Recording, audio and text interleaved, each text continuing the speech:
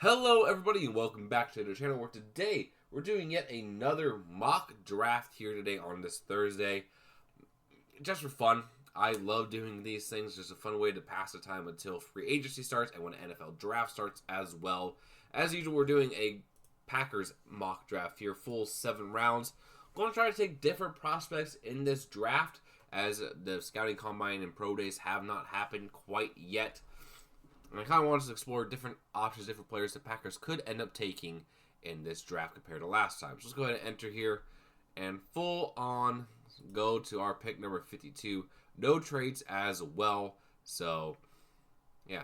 So, Keontae Scott and Colton Hood, guys that sometimes fall that I like at corner, not available here. But here we got Blake Miller, a tackle out of Clemson here. Really solid player, solid run blocker, really good pass blocker here. He's 6'6", 315, but that could also be playable at guard position as well. Primarily was a right tackle at Clemson. Only allowed 2 sacks and 10 hurries last year. Very solid player there. You see the Packers taking off his alignment early in this draft to build up, especially the interior, with guys like Elton Jenkins most likely being cut. Aaron Banks potentially as well getting restructured and lost in the future. A lot of question marks around some players as well. Also can see edge rusher being in need, especially if Micah Parsons' injury is longer than anticipated and most likely losing Rashawn Gary. Romello Height out of Texas A&M had a really good year last year, a 92.6 pass rush grade. Not as great as a run defender, but 21.8% pass rush win rate, 92.5 overall grade, had 9 sacks on 42 hurries on 350 pass rush snaps, primarily outside the tackle. 6'3", 240, bit of a lighter guy, but a lot of twitch there. We also have D'Angelo Pons, corner out of Indiana. Primarily as a slot guy. He play outside corner, but with his size of being 5'9", not really a guy the Packers like to take. They like taking bigger corners here. But still, you cannot deny the production he has had at Indiana. Absolutely insane. Really, really good in zone coverage, which the Packers are going to run a lot of under new defensive coordinator Jonathan Gannon, not Rich Gannon, that's a former quarterback here. There's also Caleb Tiernan, tackle out of Northwestern. Not a good run blocker. I don't think the Packers are going to take someone like him. He's also 6'7", 325. Can't really play guard here. And there's also Dante Corleone, the defensive tackle out of Cincinnati. Big, beefy, run-stopping guy, 6'1", 335. That's something the Packers need, is to get bigger on the defensive front. He would definitely be able to do that. Solid player with Cincinnati there as well, so out of these guys, Blake Miller at tackle can convert to guard, I think, pretty well. Will be a solid pick here. Romello Height, very good edge rusher, which I don't think the Packers are going to address that early in the draft, as I think they really think Lucas Van Ness is going to take a big step forward this year. D'Angelo Pons is just too short for Packers. I really don't think they're going to take a guy like D'Angelo Pons as early in the draft. I will go Chris Johnson here, but again, we're doing different prospects to get more of a look. And Dante Corleone, as a big run-stuffing defensive lineman, is something this Packers defense desperately needs. So we're going to take Dante Corleone here out of Cincinnati. And I think that was a very solid pick. So next up here at pick 84, last time we went Jennings Dunker out of Iowa. Really, really good offensive line prospect. Really good run blocker, good pass blocker, good zone grade. And he's an Iowa offensive lineman. These guys grow on trees. They're that good. But not going to go with him. Going to look here instead at Devin Moore, corner out of Florida. Here, 83.0 grade, had 2 interceptions, did have 2 touchdowns, allowed 17 receptions on 30 targets, 189 yards here. Primarily outside corner. Pass rating allowed 70. Had 4 forced incompletions, 1 drop interception though. But 81.5 coverage grade, 81.8 run defensive grade, which is something that I think the Packers definitely value in the corner. 72.9 zone coverage, 72.7 man coverage here. He's also 6'3", 189, so he is a taller guy. Not big, but tall, which can help with some jump balls here. And I like it. He plays in SEC. Very good, solid player. Good peripherals here. We're going to take Devin Moore, corner, out of Florida here at pick number 84.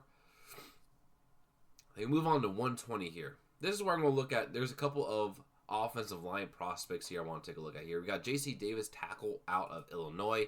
Really, really good grade here. 86.7 run block rate. Really good in run blocking, solid in pass blocking here out of the Big Ten. Allowed 3 sacks and 13 hurries, but he's 6'5", 335. Could potentially move into guard, even though he's primarily has been left tackle. But again, we don't know how well Jordan Morgan is going to perform. Rasheed Walker is most likely going to walk in free agency. He could be an option there to potentially be a left tackle if Morgan does not pan out. There's also Austin Barber out of Florida. 90.0 run block grade, 87.1 zone grade, 82.6 gap grade. Not a great pass blocker, but excellent in the run block here. Always been a left tackle here, but 6'6", 314. Could also potentially maybe move the guard. I don't really know much about offensive linemen in terms of their versatility, but another option we can go there as well. There's also Jaeger Burton, the center out of Kentucky.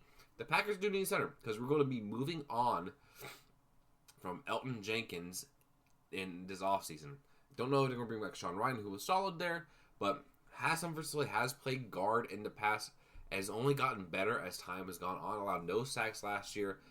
A 67.5 run block grade, at 80 basically pass block grade, which is really solid here. 6'4", 323 could be an option here, but I think J.C. Davis out of Illinois, this looks good. He looks like a very, very good offensive line prospect. Had 2 really, really good years in 2023 and 2025 as a left tackle starter in the Big Ten. Like, just a big, beefy Midwestern boy. That's something we need on this offensive line. So we're going to take J.C. Davis, tackle out of Illinois here in round number 4. Then I pick 158 here. Sometimes I like to go Bryce Lance, a wide receiver in North Dakota State, because wide receiver is a sneaky need. I mean, not as important as a corner, defensive line, and interior offensive lineman, but wide receiver, especially with, like, we're losing Romeo Doubs, guys like Jaden Reed and the TV Wicks contracts are coming up here soon. Wide receiver is a interesting need here. So, but I don't think we're going to go offense wide receiver here. He's Hezekiah Massis out of Cal. Could be a potential corner as well. Real, like 90 zone coverage grade. Insane outside corner skill set. Good coverage grade. Not as good as a man. Only out of 48.4 completion percentage. A 58.1 passer rating. Had 5 interceptions, but did give up 4 touchdowns here. But yeah, could be someone here to look at here at 6'1", 185. Could be another solid corner for the Packers to get. There's also like Pat Coogan, center out of Indiana, we could take as well to replace Elton Jenkins here, 6'5", 311, center there. There's also Caleb Proctor out of southeastern Louisiana as another like potential more of a pass rushing defensive lineman, which we do have with Devontae White, but we could take him for insurance if White is not fully healthy.